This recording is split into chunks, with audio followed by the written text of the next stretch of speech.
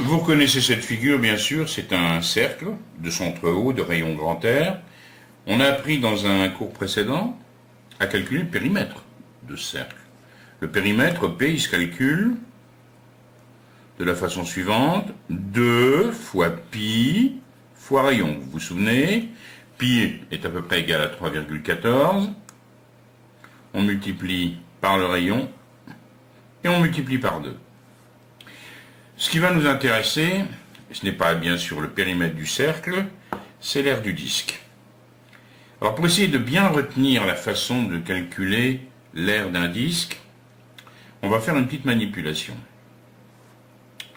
J'ai découpé ce disque en 16 parties, toutes les mêmes. En fait, ce sont des polygones, vous avez reconnu, des triangles isocèles.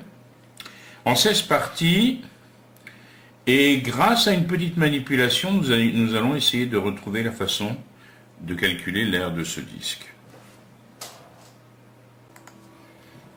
On a découpé les différents polygones. On a donc 16 triangles ici. Si on regarde bien, en fait, le disque est exactement partagé en deux. Une partie rouge, une partie bleue. Ici, la partie rouge, elle est limitée du côté du cercle par un demi-cercle.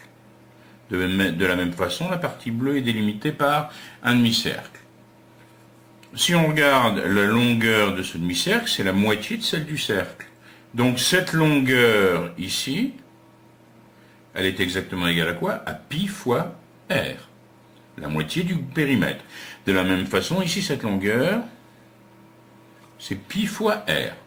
Alors, nous allons maintenant prendre les différents secteurs et les mettre les uns à côté des autres. Là, je fais d'abord ce travail avec les triangles bleus. J'obtiens ceci. Je vais maintenant intercaler à chaque fois un triangle rouge.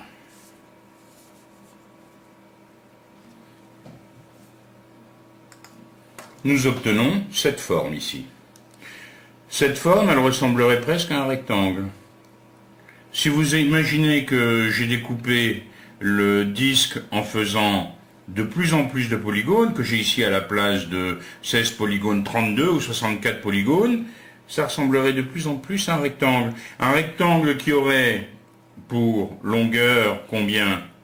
Eh bien, pi fois r.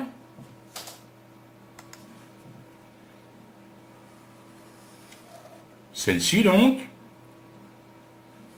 pi fois r, puisque ça correspond au demi-cercle qui était ici, et comme largeur, ce rectangle aurait évidemment r, le rayon, puisqu'on avait des secteurs qui étaient comme ceci, on avait bien ici un rayon. Eh bien, quand je veux calculer l'aire d'un rectangle, nous l'avons vu tout à l'heure, l'aire d'un rectangle, c'est bien sûr longueur multipliée par largeur. Ça me fait donc bien pi r, pi fois r multiplié par r. Voilà l'aire du disque. Quand je veux calculer l'aire du disque, pi fois rayon fois rayon. Pi fois rayon fois rayon.